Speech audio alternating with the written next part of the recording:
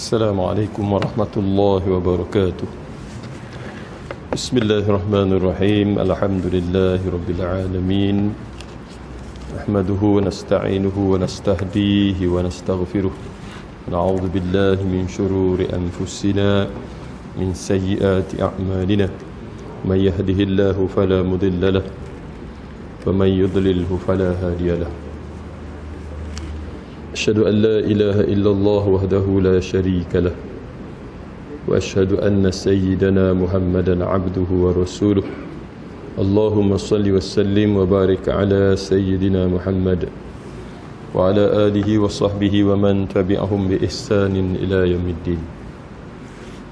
قالوا سبحانك لا علم لنا إلا ما علمتنا إنك أنت العليم الحكيم، ولا حول ولا قوة إلا بالله العلي العظيم. رب اشرح لي صدري ويسر لي أمري واحلل عقدة من لساني يفقه قولي. اللهم رب يسر ولا تؤسر، رب تمم بالخير.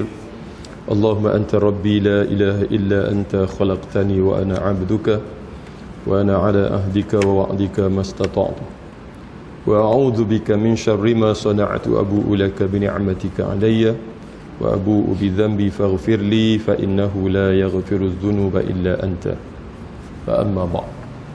Tuan-tuan muslimin sedang jemaah yang dirahmati Allah sekalian, alhamdulillah, pertamanya kita mengucapkan rasa syukur kepada Allah Subhanahu Wa Taala kerana dengan izinnya dan limpah kurnianya dapat sama-sama pada malam ini kita berkumpul di sini, di surau kita ni, di rumah Allah ini, dan dapat sama-sama kita menunaikan solat fardu maghrib secara berjemaah. Mudah-mudahan Allah Subhanahu Wa Taala mengurniakan ganjaran kebaikan untuk kita semua, dan kita doakan juga kebaikan untuk keluarga kita, sahabat handai, jiran-jiran kita, dan juga umat Islam seluruhnya, insya-Allah, mudah-mudahan.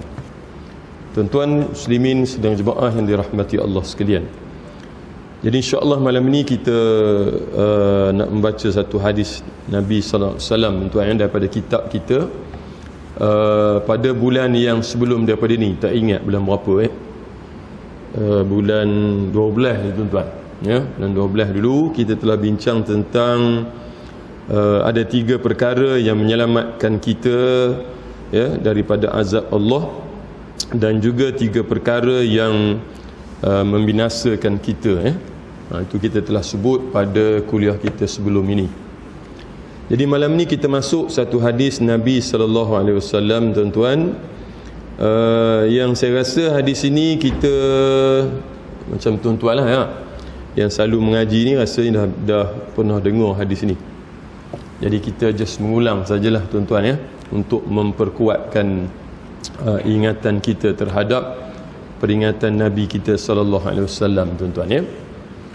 Baik, hadis daripada Abu Sa'id Al-Khudri radhiyallahu anhu berkata bahawasanya Nabi sallallahu alaihi wasallam bersabda, "Iyyakum wal julusa ala turuqati." Qalu, "Ya Rasulullah, ma lana buddu min majalisina نتحدث فيها." قال: فأما إذا أبيتم فأعطوا الطريق حقه.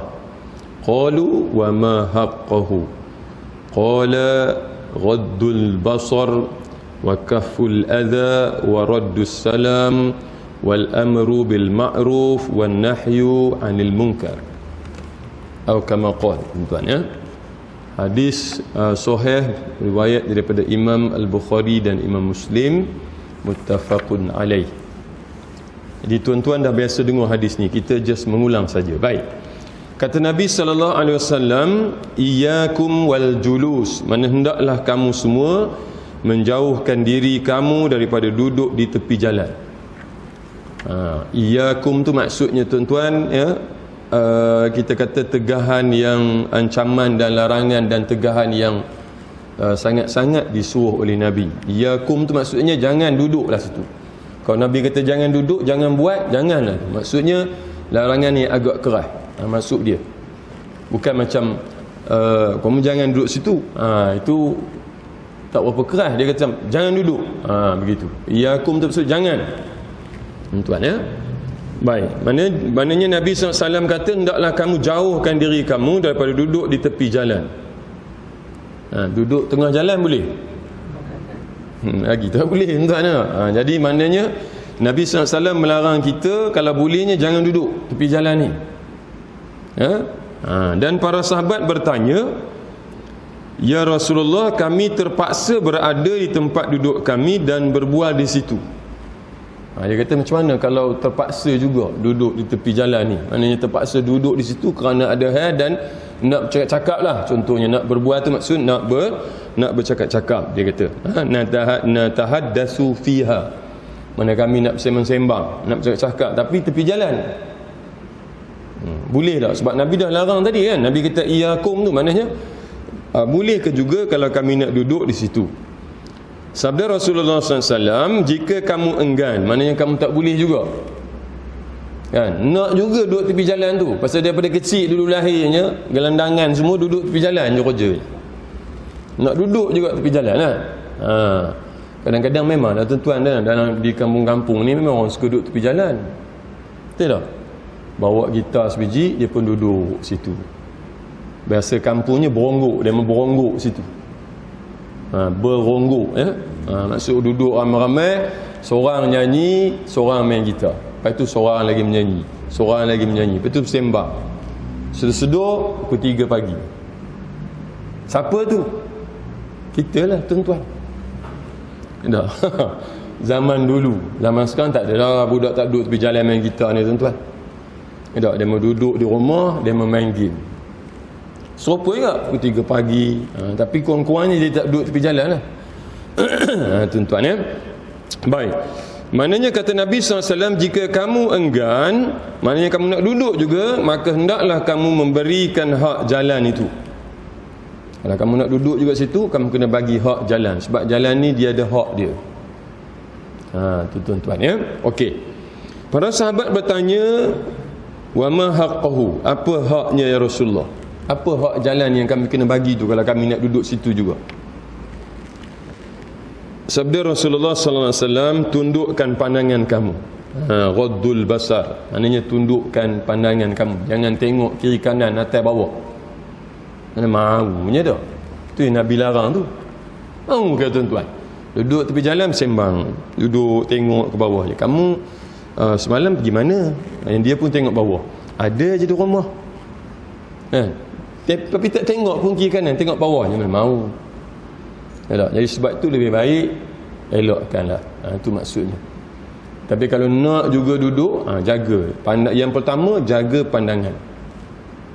Bukan apa tuan-tuan tak? Sebab duduk tepi jalan ni macam-macam jenis orang lalu. Kalau tuan-tuan duduk di rumah, tuan-tuan tak tengok siapa-siapa, melainkan keluarga kita, anak isteri kita je. Kalau kita duduk di luar tu, berdiri di tepi pintu pagar rumah kita tu tuan-tuan, macam-macam orang lalu. Tak? Kejap-kejap Haji Azizan lalu, Assalamualaikum Haji, Waalaikumsalam. Tak? Kejap lagi ada Amoy pula lalu. Amoy tu pula datang dekat tuan-tuan, tanya Assalamualaikum, kata dia. Tuan-tuan tak? Mana ke rumah Haji Azizan, katanya. Kita bukan itulah rumahnya. Dia pula tu tak tutup aurat.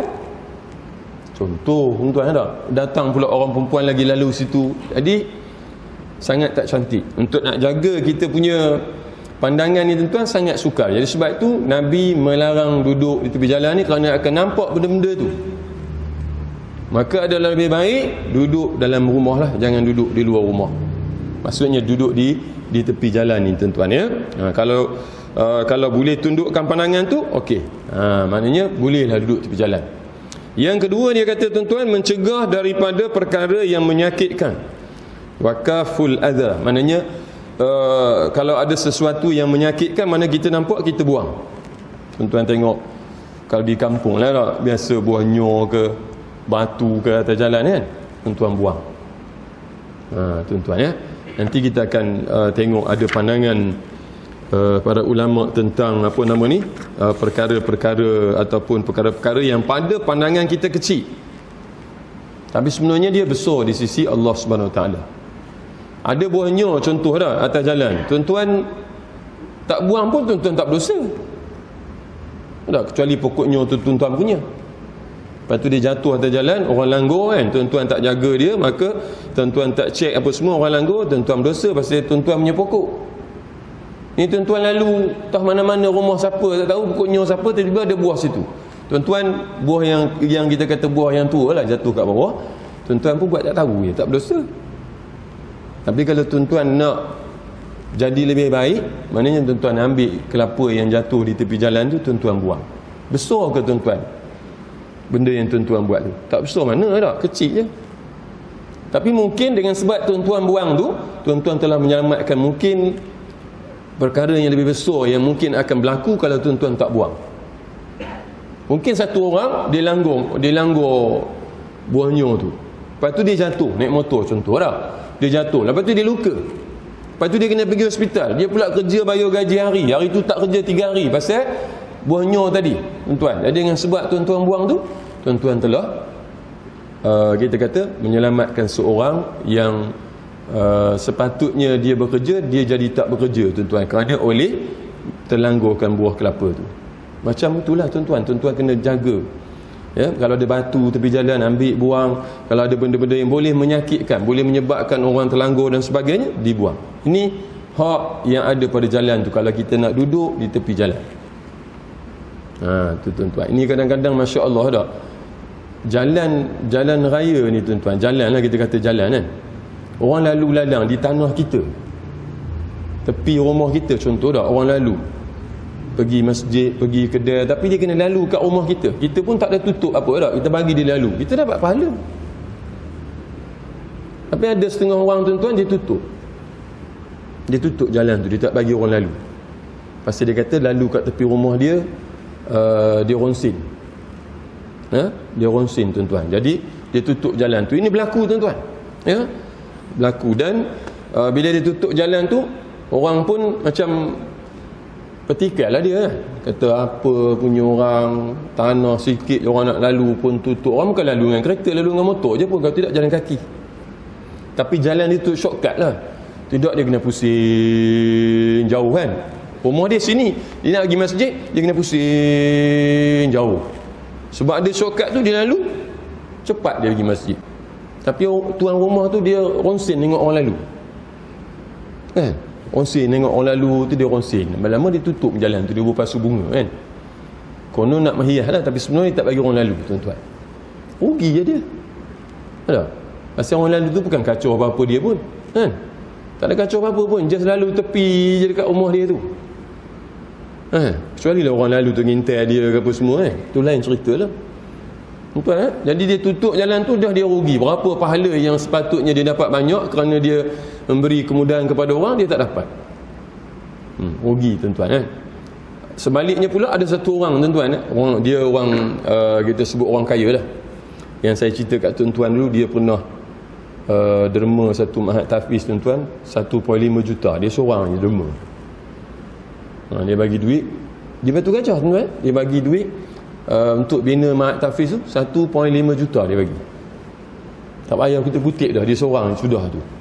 Hidup ni kan susah, kita nak resit lah apa semua dah. Itu suruh ustaz ngajar di surau apa Al-Ikhlas tu, minta derma ya, ni resit. Saya pun minta lah, muka tak malu tuan-tuan. Tapi bukan apa nulung juga dah. Tapi ni tak payah dia kata saya bagi 1.5 juta. Lepas tu tuan-tuan, dia ada satu tanah tau. Dia ada satu tanah di depan di tempat saya tu lah, di kampung tu. Dia ada satu tanah. Tanah tu tuan-tuan, dia buka. Dia tak buat apa-apa, dia tak buat rumah, dia buka sebagai jalan.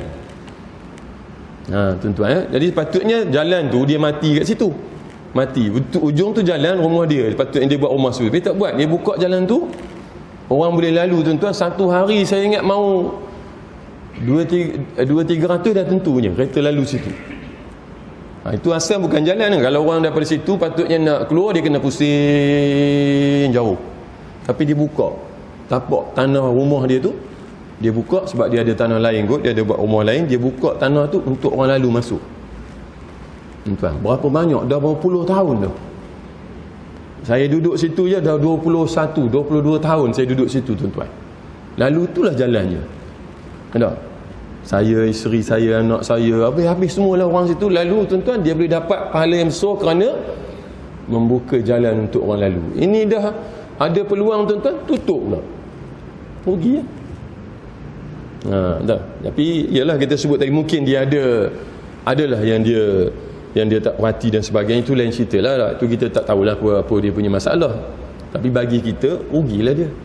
Sebab orang bukan nak pergi mencuri situ, orang nak pergi masjid, orang nak pergi kedai kan, memudahkan urusan orang ni tuan-tuan. Masya-Allah sebaik-baik manusia kata Nabi khairun nas anfa'u linnas lah. Sebaik-baik manusia ialah mereka yang memberi manfaat kepada orang lain. Ada harta, dia bantu orang lain, dia bagi peluang untuk orang lain tuan-tuan ya. Okey. Baik, maknanya yang ketiga ialah, yang kedua, mencegah daripada perkara yang menyakitkan. Maknanya membuang sesuatu yang menyakitkan daripada jalan di jalan ni tuan-tuan. Baik. Seterusnya dia kata menjawab salam. Yang ketiga, menjawab salam. Nabi SAW sebut waraddus salam, menjawab salam. Mana kalau tuan-tuan duduk di situ, tuan-tuan kena terimalah. Orang akan lalu assalamualaikum, assalamualaikum, assalamualaikum, kena jawab. Siapa suruh duduk tepi jalan? Tak? Kalau tuan-tuan tak nak jawab salam, tuan-tuan bagi salam ke orang tu. Tapi tak kenalah dia punya apa nama? Kaedahnya tak kena sebab orang yang duduk di situ, yang datang tu kena memberi salam, bukan yang duduk situ memberi salam. Katalah contoh, tuan-tuan dah ada kat surau ni, ada orang datang, ikut dia punya kaedah dia, ikut dia punya lawnya, orang yang datang tu kena bagi salam kat tuan-tuan yang duduk.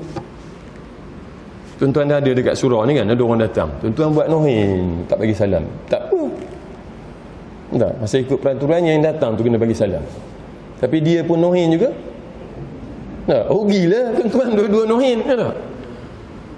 Kan, jadi tuan-tuan lah bagi, kalau dah dia tak bagi salam, tuan-tuan nak dapat pahala, tuan-tuan bagi salam, tak ada masalah. Tapi ada segi peraturannya begitulah. Orang yang berkenderaan, dia bagi salam pada orang yang berjalan. Orang yang berjalan, dia bagi salam pada orang yang duduk kan. Orang yang sedikit datang bagi salam pada orang ramai kan. Begitu tuan-tuan ya. Kaedah lah. Tapi kadang-kadang lantak ramai lah tak. Dia ikut dia je nak bagi salam. Kadang-kadang tu datangnya 20 orang, 20 datang tuan-tuan ya.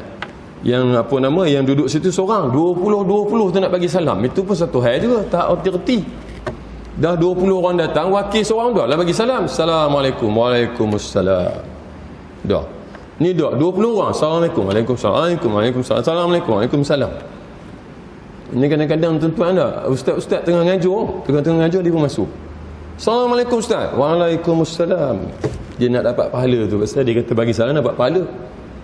30 orang masuk, lalu ustaz tak ngajar. Waalaikumsalam, waalaikumsalam, waalaikumsalam.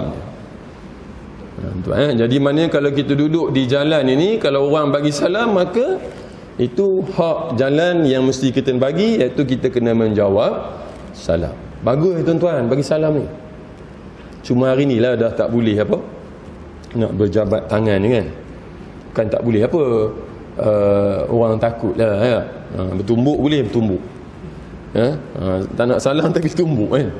Macam-macam tuan-tuan, ikutlah tuan-tuan mana-mana pun tak. Tapi apa nama tu, kalau dalam Islam, maknanya dalam agama kita, memberi salam dan berjabat tangan tu adalah sunnah Nabi kita sallallahu alaihi wasallam tuan ya. Okey. Dan yang keempat, wal amru bil ma'ruf, melaksanakan amar ma'ruf. Maknanya kalau kita duduk di jalan tu, kita nampak, kita mana-mana kita mengajak orang kepada kebaikan, dan nahyu anil munkar, dan orang buat tak elok, kita kena tegur. Itu tanggungjawab. Kalau tidak, jangan duduk di tepi jalan. Ini yang duduk tu pula yang buat maksiat macam ni. Yang duduk tepi jalan tu dia pula buat kemungkaran. Pas seorang-seorang lalu, nak ke mana tu, katanya lah, Assalamualaikum, tak jawab, dosa, kata dia. Dia tak sedar dia bagi salam tu dosa dah. Tuan-tuan ya tak. Kalau orang perempuan mengorak dan sebagainya kan, kadang-kadang patutnya dia yang menegur daripada orang melakukan kemungkaran. Ini dia yang buat mungkar. Tuan-tuan ya, mana ini 5 benda yang disebut oleh Nabi sallallahu alaihi wasallam daripada hadis ini, yang mesti kita tunaikan haknya kalau kita duduk di jalan. Kalau tidak, iyakum kita sebut tadi, hendaklah kamu jauhi. Maknanya jangan kamu duduk di situ tuan-tuan ya. Baik. Tuan-tuan yang dirahmati oleh Allah Subhanahu Wa Taala, maknanya kita lihat daripada hadis ni ada beberapa keterangan dia tuan-tuan ya. Baik. Menurut Syekh Muhammad Saleh Al-Utsaimin di dalam kitabnya Syarah kitab Riyadhus Shalihin berkata penggunaan lafaz iyakum ini membawa maksud ancaman dan larangan keras. Saya sebut dah tadi pada tuan-tuan. Maknanya bila disebut iyakum tu, mana ini satu larangan, ancaman yang sangat keras. Mana Nabi kata so boleh-bolehnya jangan duduk situ. Maknanya jangan buat benda tu tuan-tuan ya. Yakni memberi peringatan kepada kamu supaya jangan duduk di tepi jalan disebabkan perbuatan tersebut membawa kepada terdedahnya aurat dan aib manusia yang lalu lalang di situ. Kan orang lalu ni dia ialah tuan-tuan, dia tak boleh nak jaga aurat dia mungkin kan, mungkin ada keaiban dia tuan-tuan yang dilihat oleh orang lain, ada kecacatan, ada kecelaan yang ternampak oleh orang lain, maka dia akan jadi tak cantik bagi orang yang melihat tu. Maka sebab itu dia melarang kita duduk di jalan itu, sehingga akhirnya boleh menjatuhkan maruah mereka dan kadang-kadang membawa kepada umpatan, cacian dan penghinaan. Maknanya kadang-kadang ni jatuh maruah tuan-tuan ya. Orang ialah dia mungkin dia pakai pakaian yang tak berapa sempurna menutup auratnya kan. Jadi bila kita tengok tu, mungkin kalau tuan-tuan tak apalah kot, sebab mungkin tuan-tuan tak mencaci, tak memaki, tak mengumpat dia. Kalau orang setengah orang tu dia tengok je siapa yang lalu, semua dia dia akan berbicara tentang hal orang tu.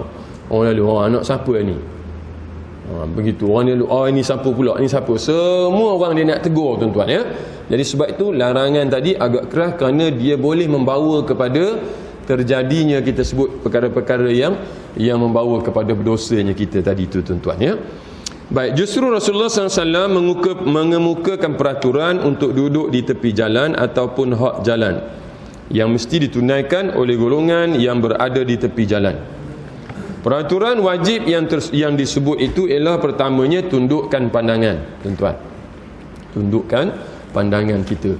Sebab itu dalam Al-Quran tuan-tuan ya, dalam surah An-Nur ayat 30 Allah Ta'ala sebut qul lil mu'minina yaghuddu min absarihim wa yahfadhu furujahum dzalika azka lahum innallaha khabirum bima yasnaun. Kata Allah Ta'ala, kata kalau Muhammad kepada orang lelaki yang beriman, hendaklah mereka menahan pandangannya dan memelihara kemaluannya, yang demikian itu adalah lebih suci bagi mereka, sesungguhnya Allah mengetahui apa yang mereka lakukan.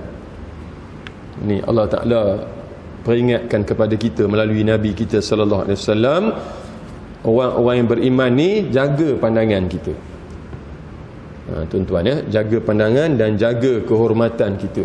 Mana jaga pandangan tu, bila kita keluar ni tuan-tuan, kita jagalah pandangan kita daripada melihat benda yang dilarang oleh Allah Ta'ala. Maksudnya jangan jaga pandangan tu masa semua benda tak tengok. Habis lampu merah langgar dah, lampu hijau pun langgar, lampu merah kuning semua habis langgar, pasal dia tak tengok apa-apa.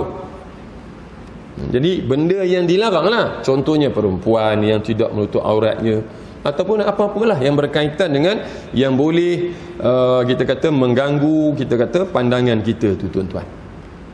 Sebab daripada mata tu dia boleh jadi macam-macam. Kan Nabi kata apa? An-naziru sahmun min sihamil iblis. Nabi kata tak, pandangan mata tu adalah satu panah daripada anak-anak panah iblis. Tuan-tuan ya tak, mata kita ni tengok je kan, hati kita pun mula menterjemahkan, cantik dia kata, lawa orang tu ya tak. Sebab pandangan mata tu anak panah iblis. Maksudnya iblis akan bagi nampak cantik je, iblis akan bagi nampak seronok ya tak, kita melihat benda-benda yang haram tadi tu tuan-tuan ya. Jadi sebab tu agama menyuruh kita menjaga pandangan itu. Dan yang lebih eloknya mana? Jangan duduk di jalan lah, begitu. Kalau nak keluar pun tuan-tuan, ada hal yang perlu dan sebagainya, mana kena jaga pandangan tu. Kan ada satu haji tu tuan-tuan, dia tanya saya lah, haji tak ada dah, meninggal dah tuan-tuan. Lamalah satu ketika dulu, once upon a time, mau 15 tahun dulu kot, saya mengajar surau dia pun datang kat saya. Lepas masa tengah-tengah masa tu boleh minum lagi, boleh minum makan kan. Dia pun tengah-tengah makan, dia kata, ustaz, saya nak tanya, kalau kita berjoging, dia kata, Tu tuan-tuan ya. Kalau kita berjoging dia kata, lepas tu bila kita berjoging mestilah ada orang perempuan apa semua dia kata berjoging dengan kita. Lepas tu dia lari depan kita, dia kata dia potong kita. Kita pun tengoklah dia punya.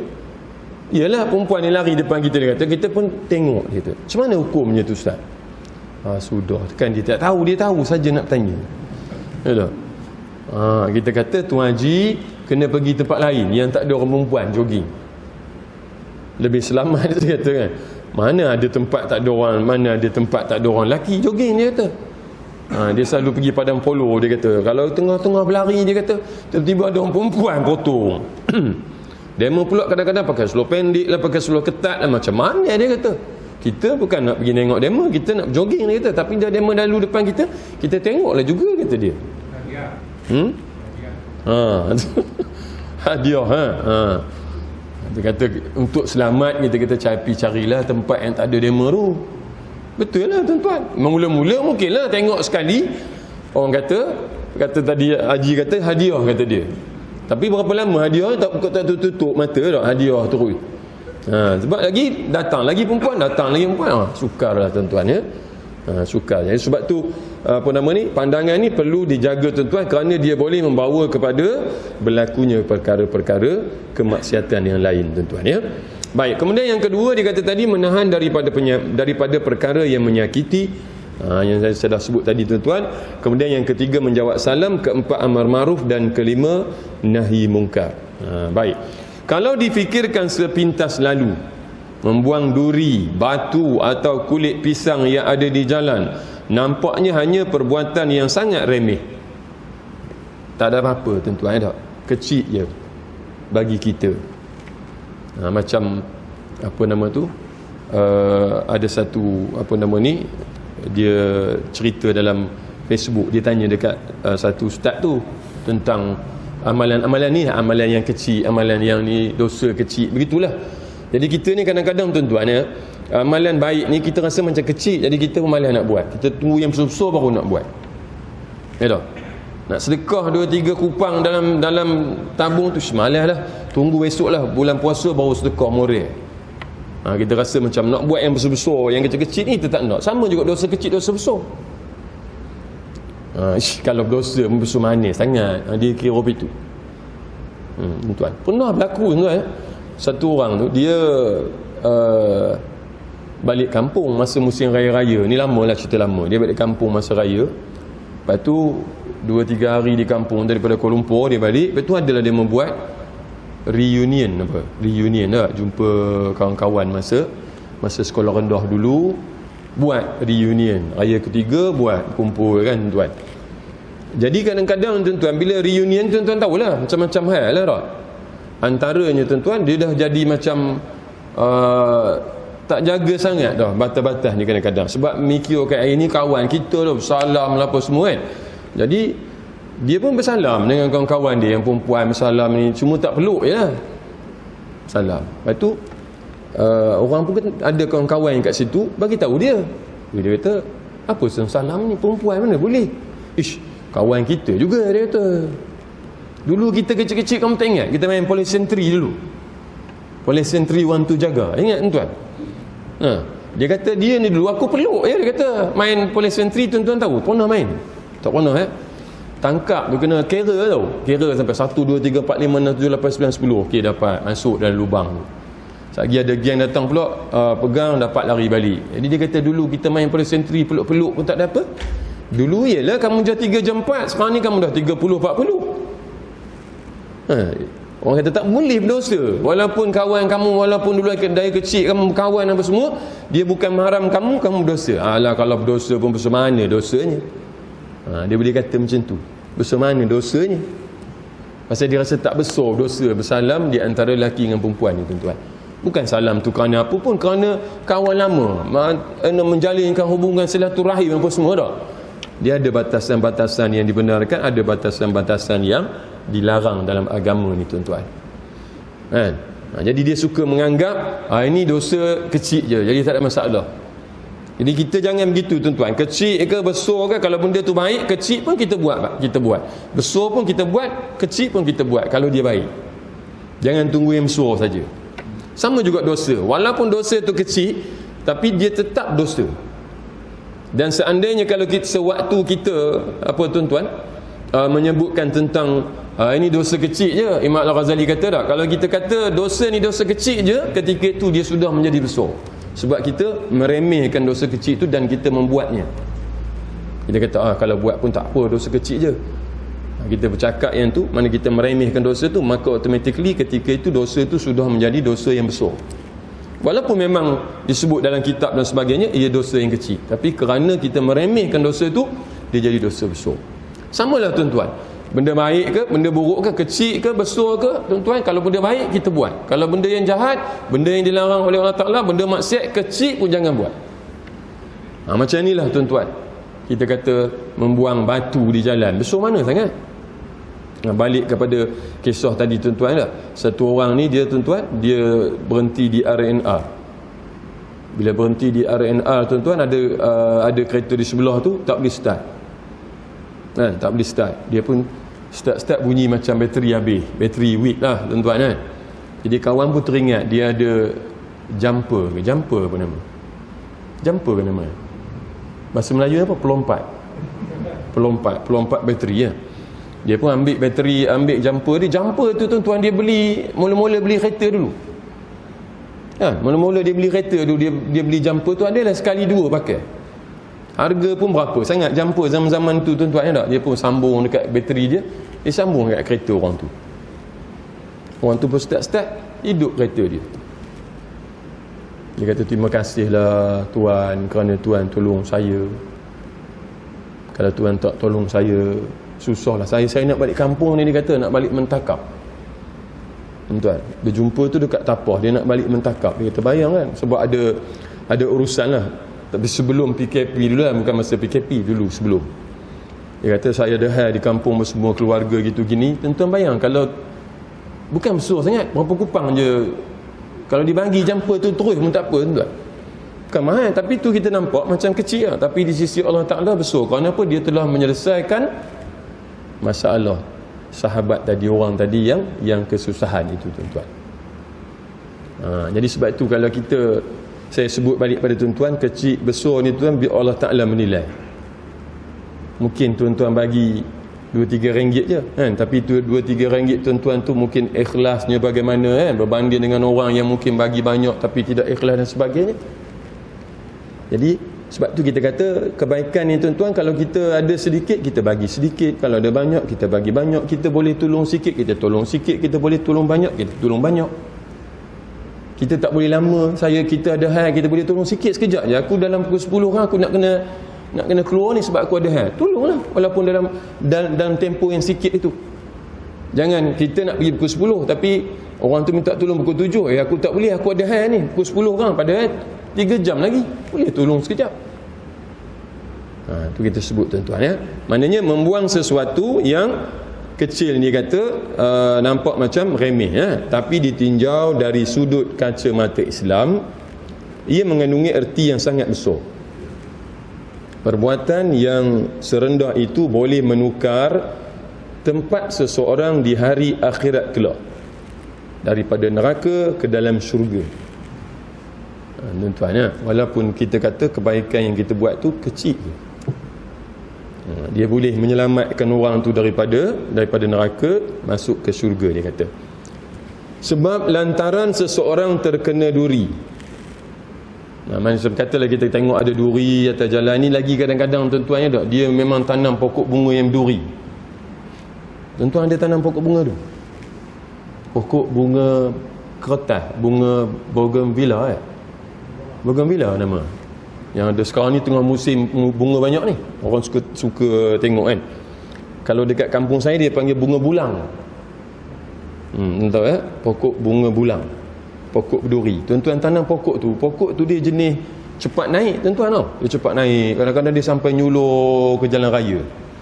Dia duduk dalam rumah tepi pagar tuan-tuan tu, dia keluar kan, sekali orang lalu tu sangkut, cebih mata sebelah tuan-tuan, kena duri tuan-tuan tu. Jaga-jaga tu. Itu pokok yang berduri lah. Kalau tak berduri pun jangan ini tak berduri tak apa, tak boleh juga. Kalau dia dah masuk atas jalan tempat laluan orang tu, potong lah tuan-tuan. Saya tak kata kat tuan-tuan, saya kata kat tempat saya tu. Kadang-kadang kita naik motor tuan-tuan, pernah sekali lori sampah bergaduh dengan tuan rumah. Lori sampah kan tinggi, dia lalu tuan-tuan, kena pokok empelam kawan tu, sekah dahannya tuan-tuan, patah dahannya. Dahan pula tu yang jenis masa tu buah banyak.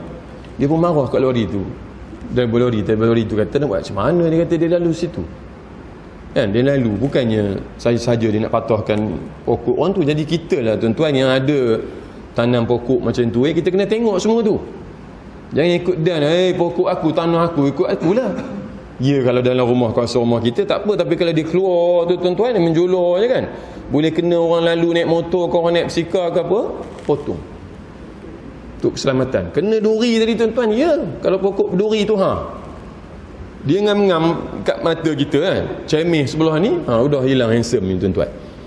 Jadi maknanya dia kambung yang berduri ni, dia kata terkena duri, kemungkinan kakinya bengkak. Mana kalau kita nampak duri ke paku ke apa tuan-tuan, buanglah.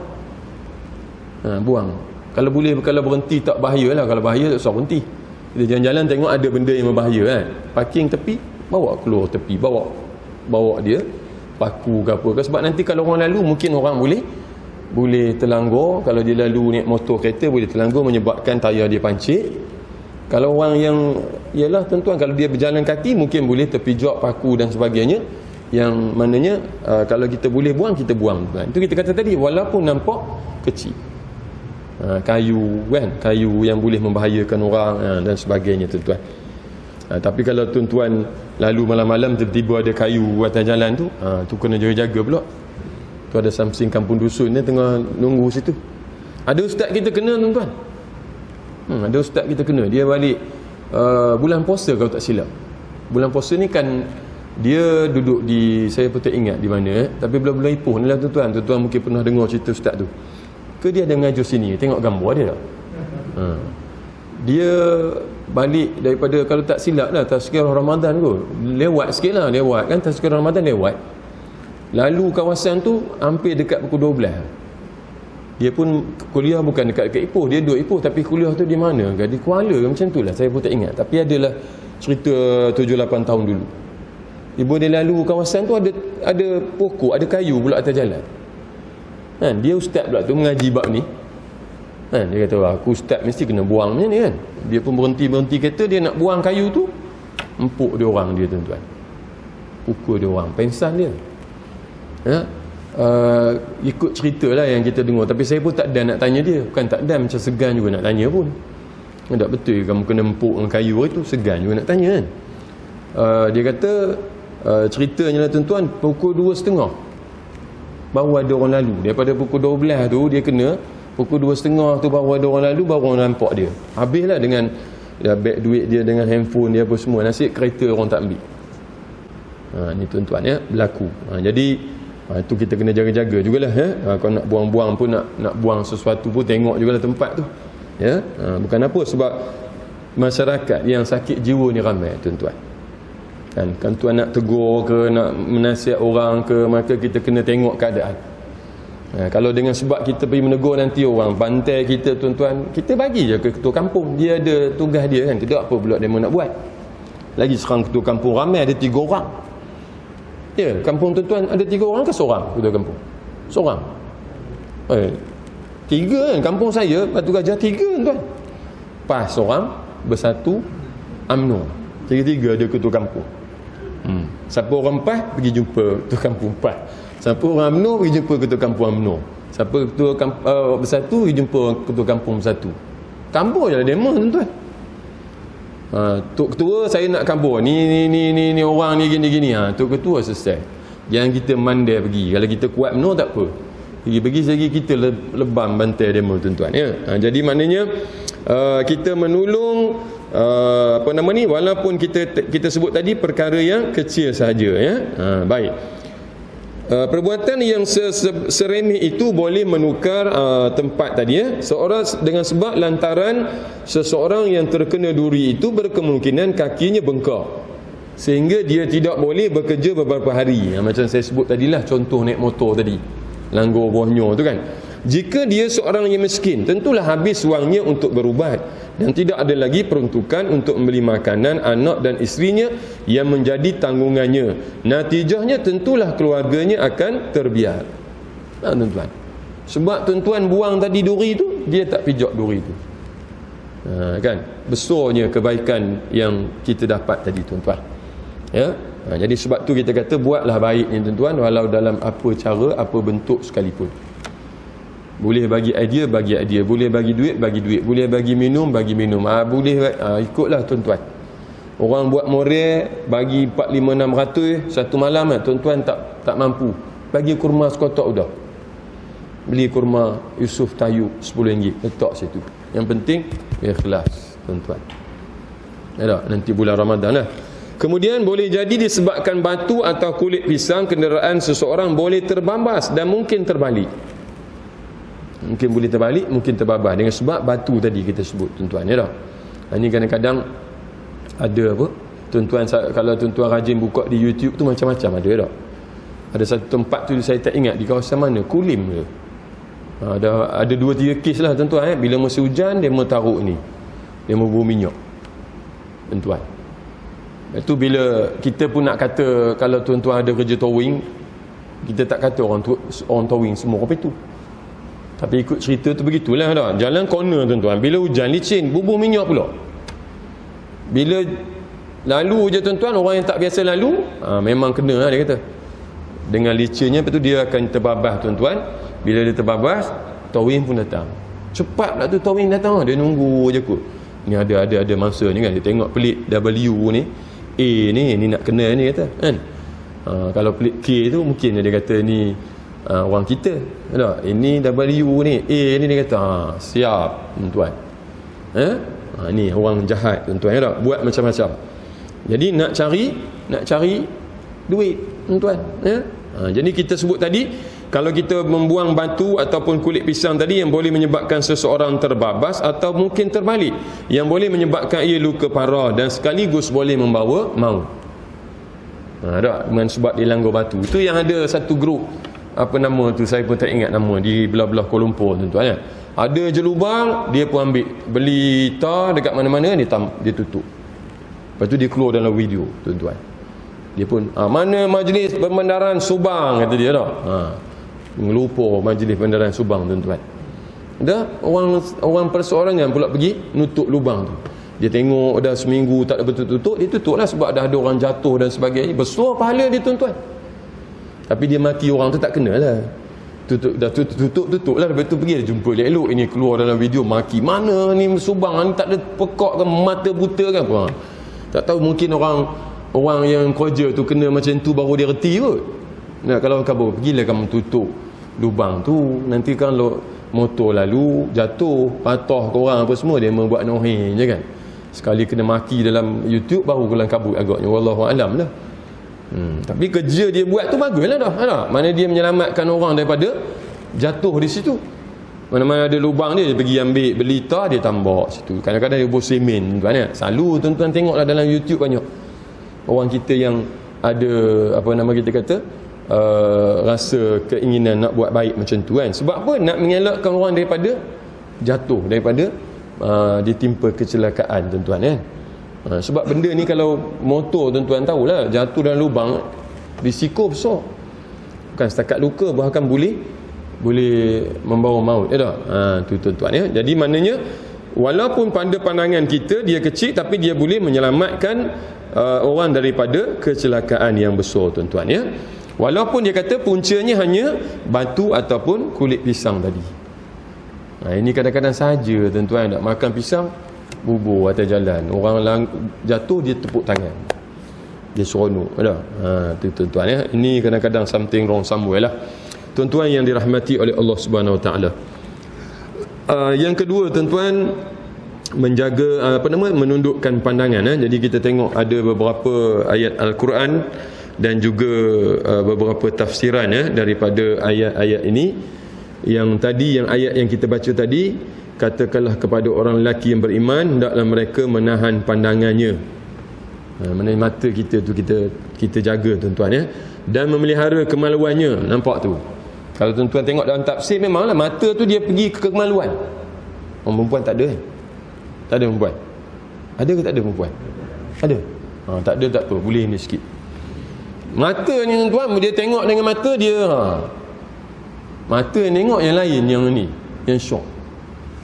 Tuan-tuan kan, ini sebab tu yang Allah Ta'ala sebut, jaga pandangan mata kamu dan jaga kehormatan. Sebab daripada mata tu dia akan ke arah tu, ke arah perzinaan itu tuan-tuan, ke arah mencari keseronokan ya, dengan apa yang kita kata berzina tadi tuan-tuan ya. Baik, As-Sabuni berkata dalam kitabnya Safwatut Tafsir, katakanlah hai Muhammad kepada pengikutmu yang beriman supaya menundukkan pandangan mereka daripada melihat perempuan ajnabiyah yang bukan mahram, kerana penglihatan boleh menumbuhkan syahwat. Tengok tu boleh jadi syahwat. Yang saya sebut pada awal tadi, apa nama, an-naziru sahmun min sihamil iblis. Pandangan mata ni dia satu panah daripada anak panah iblis. Mana iblis akan nampak bagi cantik kan. Sebab itu ada hadis Nabi sallallahu alaihi wasallam tuan-tuan, bila kamu, kata Nabi, bila kamu keluar dan kamu lihat perempuan ya, dan kamu rasa berkeinginan, maka kamu balik kamu pergilah dengan isteri kamu. Sebab ni ayat Quran sebut ni tuan-tuan, sebab Nabi pun pernah sebut, mana kalau kita keluar, kita tengok perempuan, kita rasa ada syahwat, kita suka tengok, seronok tengok, maka balik cepat, pergilah kamu dengan isteri kamu. Tu tuan-tuan ya dah. Maknanya daripada pandangan mata tu boleh membawa kepada syahwat, dia kata ya. Baik, boleh menumbuhkan syahwat dan boleh jadi dengan syahwat tersebut ya, ia mewarisi duka cita yang berpanjangan. Tu tuan-tuan ya dah. Maksudnya dia ada rasa apa kita kata tadi, bila dia tengok perempuan tu dia rasa syahwat. Dan dia nak melepaskan nafsunya, dia tak dapat. Di situ bahayanya tuan-tuan. Tuan-tuan ingat dulu ada kes seorang datuk rogol cucu dia. Tuan-tuan ingat? 72 tahun. Orang Terengganu kalau tak silap.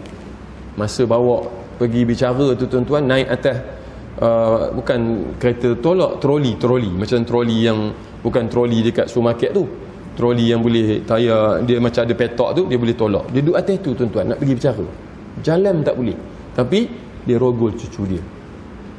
Sebab apa dia rogol tuan-tuan? Bila bicara di mahkamah tu, dia kata malam tu dia kerja jaga security, tapi dia bukan jaga kelab tu, dia jaga bangunan depan kelab tu tuan-tuan.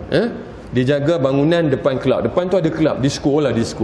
Jadi dia pun tengok yang masuk disco tu, skirt pendek, seluar pendek, meleleh air liur dia kan, meleleh air liur dia tuan-tuan, dengan hidung semua meleleh kan, tengok orang tu kan. Daripada mata tadi nafsu dia tuan-tuan, walaupun 70 umur, tuan-tuan ya dah. Nampak perempuan tu, dia jadi keinginan dia nak pergi dengan perempuan tu, kena tendang dengan perempuan tu, dia tua dah. Dia nak pergi buat dengan perempuan tu, nak pergi buat kerja dengan perempuan, nak mengorak perempuan tu, mungkin perempuan tu tak layan dia. Jadi dia kata habis itulah dah. Tapi dia ada perasaan, ada keinginan, dia ternampak-nampak, dia terbayang-bayang. Bila dia balik ke rumah, cucu dia tengah tidur kan. Orang budak-budak perempuan kan, bukan budak perempuan 7-8 tahun, 10 tahun dah, saya tak ingat. Dia tengok cucu dia tu tuan-tuan, dia nampakkan yang perempuan yang depan disco tadi. Dia terbayangkan perempuan tu kan tuan-tuan. Akhirnya dengan cucu dia rogolnya tuan-tuan. Sebab apa? Sebab pandangan mata tu. Pandangan mata dia melihat kepada benda-benda maksiatnya tuan-tuan, dia pergi kepada syahwatnya. Sebab tu pandangan mata ni kena sangat-sangat dijaga tuan-tuan ya. Baik, dengan menjaga penglihatan sudah pasti dapat menjadikan hati suci, wara' di dalam agama dan selamat daripada jatuh ke lembah kemaksiatan. Tu tuan-tuan ya. Dia bila kita jaga pandangan ni, dia terjagalah hati kita lah, terjagalah diri kita daripada kemaksiatan itu tuan-tuan. Al-Imamul Faqrur Razi mengemukakan soalan, kenapa didahulukan tundukkan pandangan daripada menjaga kemaluan? Dia tanya, kenapa tunduk pandangan dulu baru jaga kemaluan? Kenapa tak jaga kemaluan terus? Kenapa ayat Quran tu dia tak suruh tentang wayah fazu furujahum, yaghuddu min absarihim, maknanya jaga kemaluan dulu baru jaga pandangan. Kenapa dia suruh jaga pandangan lepas tu jaga kemaluan? Ini Imam Fakhrul Razi menjelaskan tuan-tuan. Dia kata apa? Kerana penglihatan sebagai surat dan utusan kepada zina. Maknanya pandangan itu dia jadi utusan, dia hantar mesej. Mata melihat, lepas tu dia hantar mesej ke hati kita, dia hantar mesej ke nafsu kita untuk melakukan perzinaan ini. Jadi melalui mata, tuan-tuan, ya. Baik. Dan kepala kepada kejahatan dan bala padanya, dan bala padanya lebih berat dan banyak serta hampir-hampir dikalahkannya. Maknanya dengan sebab mata tu dia boleh membawa kepada kemaksiatan di dalam hati dia dan membawa kepada keinginan untuk melepaskan nafsu syahwatnya kepada perzinaan itu, tuan-tuan. Jadi sebab tu disuruh menjaga pandangan itu, tuan-tuan, ya. Okey. Masuk waktu dah. Dah ya, okey. Ayat Al-Quran sikit lagi, tuan-tuan. Firman Allah SWT dalam surah Al-Hajj ayat 77. Ya ayyuhalladzina amanu ruk'u wasjudu wa'budu rabbakum waf'alul khaira la'allakum tuflihun. Wahai orang yang beriman, rukuklah, sujudlah, sembahlah Tuhanmu dan perbuatlah kebajikan supaya kamu mendapat kemenangan. Imam As-Sabuni berkata, solatlah semata-mata kerana Tuhanmu dengan penuh khusyuk, dan sesungguhnya rukuk dan sujud adalah semulia-mulia rukun solat. Hendaklah menumpukan ibadat kepada Allah sahaja dan tidak kepada yang lain. Mana untuk menyelamatkan diri kita, tuan-tuan, daripada kemaksiatan ini, maka para ulama menyuruh kita melakukan solat dengan keadaan ikhlas dan bersungguh-sungguh kepada Allah Subhanahu Wa Taala. Sebab itu bila kita solat ni, tuan-tuan, kan sunat kalau kita solat sendirian, lama sikit rukuknya, lama sikit sujudnya. Sebab ketika itu kita merendahkan diri kita kepada Allah Ta'ala serendah-rendahnya, sehina-hinanya, tuan-tuan, ketika kita solat tu, ya tak? Tapi masa kita solat sorang-sorang lah, masa kita solat dengan imam, janganlah kita lambat. No, nanti imam susah hati, ya tak? Imam nak bagi salam dah, tahiyat akhir kan, nak bagi salam, tengok jelin-jelin mata sebelah ada lagi tak bangkit. Tuan-tuan, ya. Kalau ikut dalam ada pandangan dalam mazhab Syafi'i, batal loh. Batal kerana kita sudah tidak bersama imam. Imam dah sujud, imam dah duduk tahiyat akhir, kita sujud lama-lama, kan. Kalau kita nak sujud lama-lama, memanglah ada Nabi menyuruh kita sujud lama-lama tu, kan. Sebab dia kata apa? Aqrabul ibad indallah, aqrabul ibad ilallah inda sujud. Dia kata dah, sedekat-dekat hamba dengan Allah ialah ketika dia sujud. Itu disebut fa'akthiru sujudahu, banyakkan sujud kamu, fa'atwilahu, dan panjangkan sujud itu, kata Nabi, panjang. Tapi ketika mana? Ketika kita sembahyang sorang-sorang, tuan-tuan, kita sembahyang sorang-sorang tu tak apa lama. Kalau kita sembahyang berimam, imam berbangkit-bangkitlah, ya tak? Kalau kita jadi imam pun begitulah. Jangan kita pula jadi imam, kita pula sujud lama-lama sampai lenguh orang belakang nunggu bila nak bangkit imam. Kalau kita sembahyang sorang-sorang, tuan-tuan, ya, silakan. Kan, tuan-tuan balik lagi, tuan-tuan sembahyang sunat, lepas sembahyang isyak dah apa semua, makan apa nak tidur, tuan-tuan sembahyang sunat, contoh sembahyang sunat taubat ke apa ke, tuan-tuan sujudlah sampai esok pagi, bangkit pun tak apa. Ya, ikut tuan-tuan.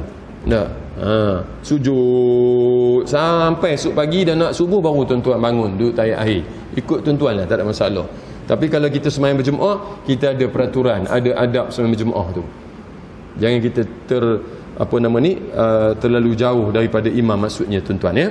Okey, maknanya kita nak mencegah diri kita daripada kemaksiatan ni, maka dianjurkan oleh agama kita ialah dengan melakukan solat. Dia kata hendaklah menumpukan ibadat kepada Allah sahaja dan tidak kepada yang lain. Begitu jugalah dengan segala kebajikan yang boleh mendekatkan kamu kepada Allah. Maknanya bila kita solat dan kita buat kebaikan yang boleh mendekatkan diri kita kepada Allah, banyaklah, tuan-tuan, kebaikan yang boleh mendekatkan diri kita kepada Allah ni banyak.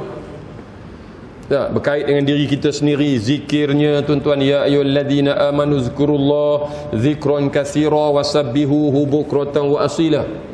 Zikir pagi petang, tak? Kita boleh dekatkan diri kita dengan Allah, tuan-tuan. hubungan kita dengan orang pun boleh, silaturahim, ukhuwah, tak? Kita boleh. Ini benda baik yang kita boleh buat untuk mewujudkan hubungan baik ni tuan-tuan ya. Menolong anak yatim yang termampu oleh kita tuan-tuan ya. Hari ni tuan-tuan kan banyak kumpulan-kumpulan yang nak buat baik ni. Yang nak buat baik ni tuan-tuan banyak. Kadang-kadang dia hantar kat kita, dia kenal kita, dia hantar. Kalau siapa nak derma untuk nak beli katil orang sakit, macam-macam lah tuan-tuan hari ni. 1001 cara orang nak buat baik. Dulu kita nampak buat baik ni tak, bagi sekolah agama, mahat tapis, anak yatim, pergi surau. Sekarang ni macam-macam ada. Tak cukup dalam Malaysia, luar negara pun ada. Untuk kita derma tuan-tuan ya. Jadi yang pentingnya kita berbuat kebaikan ya, untuk orang lain dan juga untuk diri kita tuan-tuan ya. Dan seterusnya tuan-tuan, dia kata solat malam ketika manusia lain sedang tidur, nescaya kamu akan mendapat kebenangan dengan segala nikmat di hari akhirat besok. Maknanya buat baik dengan antara kita dengan Allah Ta'ala, dan buat baik jugalah dengan orang lain tuan-tuan ya.